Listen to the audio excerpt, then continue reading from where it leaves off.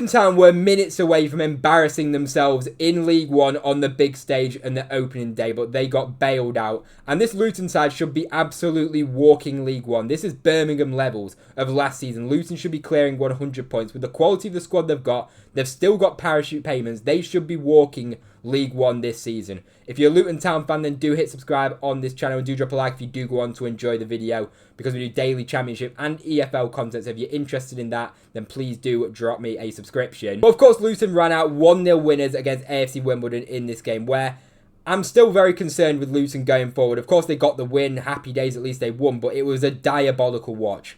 I watched it on Sky Sports and I feel robbed. And if I was a Luton fan, I'd honestly want to have my money back for that game if I was at the stadium, because that was diabolical. I don't care if they won the match 1-0, and of course they get the 3 points. When you put everything into perspective, that was a tough watch. And as I say, 1-0 against Wimbledon. If we just talk about Wimbledon for a second, the way that they set up was obviously park the bus, 10 men behind the ball, let's try and get a point out of the game, and let's try and nick something on the break or nick something from a set piece, which you never know. Obviously, they didn't really create anything in the game, unfortunately. Only 2 shots, so there's 0.03 XG. So in terms of chance creation, Luton were solid at the back. I mean, they didn't let Wimbledon have any chance from set piece or anything at all, although I did think Wimbledon's set piece delivery was pretty poor. But as I say, the pressure was on Luton to create. And as I say, this was a boring game, so a diabolical watch. And I don't blame AFC Wimbledon for that painful watch in the slightest. For me, that is 100% on Luton. They've got the quality in the squad. They've got the pressure to go and create chances and go and win that match. Which, as I say, they got away with it because it was an own goal with 5 minutes left. It was a good ball from Nahki Wells, to be fair. I think it was picking out Cauley Woodrow. Flicked on by Johnson into the back of his own net. Really unlucky. A genuinely unbelievable finish. You've got to give it to Johnson. If he tried to do it, I don't think he could have done it. But that was the difference in the game at the end. Just that one moment is the difference. And as I say, Luton, in my opinion, didn't even deserve a result. I think if you're watching the game, I think AFC Wimbledon wanted the result more. It looked like they were the ones giving it more effort, giving it 100%. They were the ones that I really thought were showing up to that game. I thought Luton players were hiding. And as I said, they've got the quality, they've got the pressure on them to go and create something.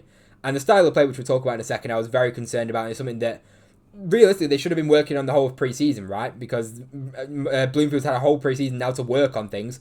And for me, that's concerning signs going forward. Because we know the way that Luton have played in recent years. They put the ball into the box. They had 2 strikers usually in, Carlton Morris and Adebayo most notably. Put the ball into the box and basically cause carnage, which I feel like they put a lot of balls into the box again, but they're sat there now with a new signing, Nahki Wells, who balls into the box. He's not the best physically. Nahki Wells is a very smart and intelligent striker, which I think would be perfect for a system playing against AFC Wimbledon, because as I say, I think his link-up's good, and he's a very smart striker. Sometimes, his finishing's a bit iffy sometimes, but can be a good finisher on his day, and as I say, a very smart player. I really enjoyed watching him at QPR.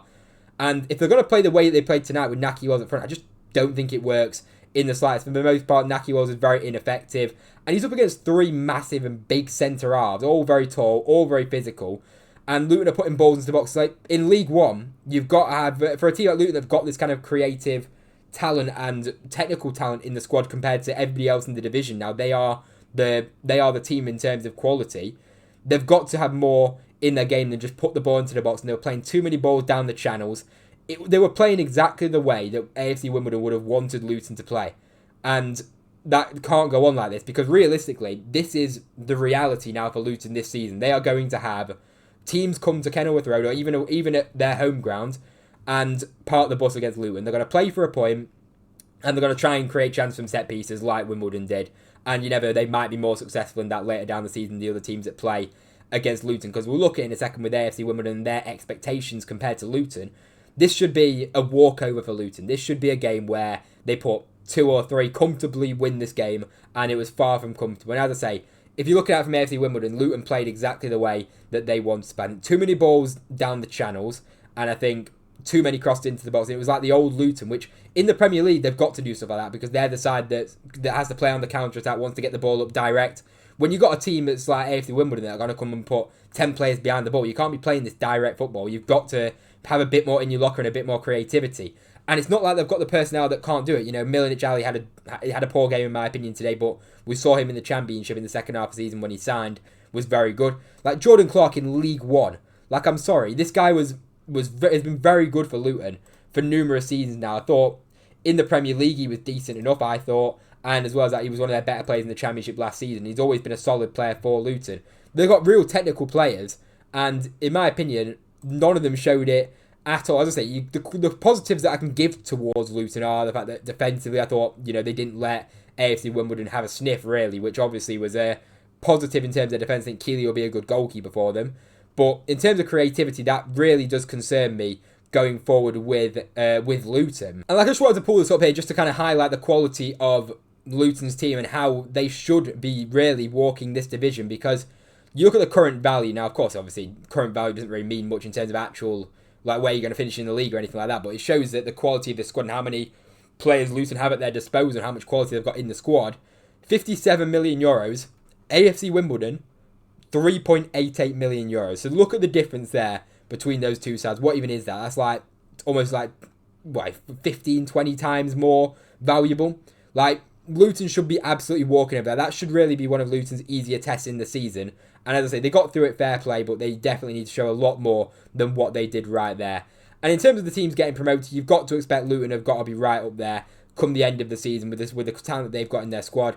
There is a few other teams, of course, if we just go back to this. Cardiff City, of course, getting relegated. You'd expect they should really be up there with the quality they've got in the squad. Huddersfield has spent some money as well. Plymouth, I think, will be up there as well. But if you're looking at it for automatic promotion, this Luton team should be getting, in my opinion, genuinely close to 100 points. Like, I'm comparing it. I think the benchmark is that Birmingham team. Obviously, not to get 111 points, but the way that teams are going to set up against Luton will be similar to the way that teams set up against Birmingham last season.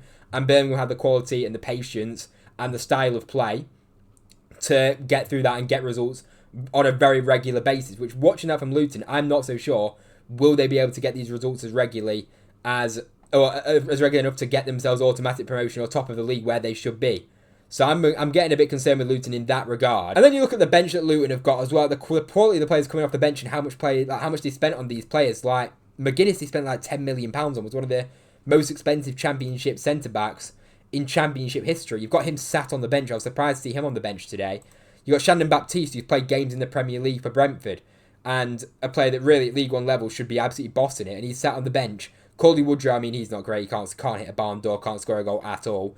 Then you got Fanner as well, you brought in January for about £5 million. So there's so much quality in that squad, along with George Saville they brought in. That this squad should be walking league. This is the best squad in the league. Now, as I say, I don't think it's Birmingham levels of good, but I do think that's enough to really be winning the league, in my opinion.